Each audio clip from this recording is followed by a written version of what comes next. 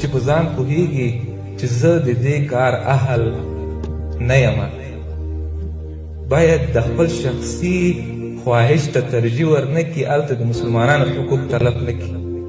اسلامي او ملي منافعو ته باید مسؤلیت مشري دا په اسلام کې د چا حق نه دی، دا د دنیا او د آخرت یو دروند امانت دی چې د یو سړي او د اهل سړي په اوږه باندې ورچول کېږي.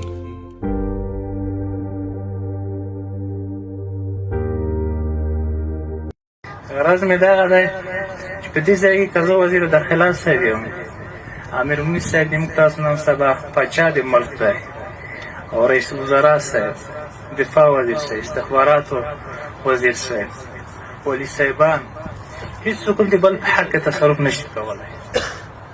الحمدلله داسې نظام راغلی دی چې حق ته رسوي.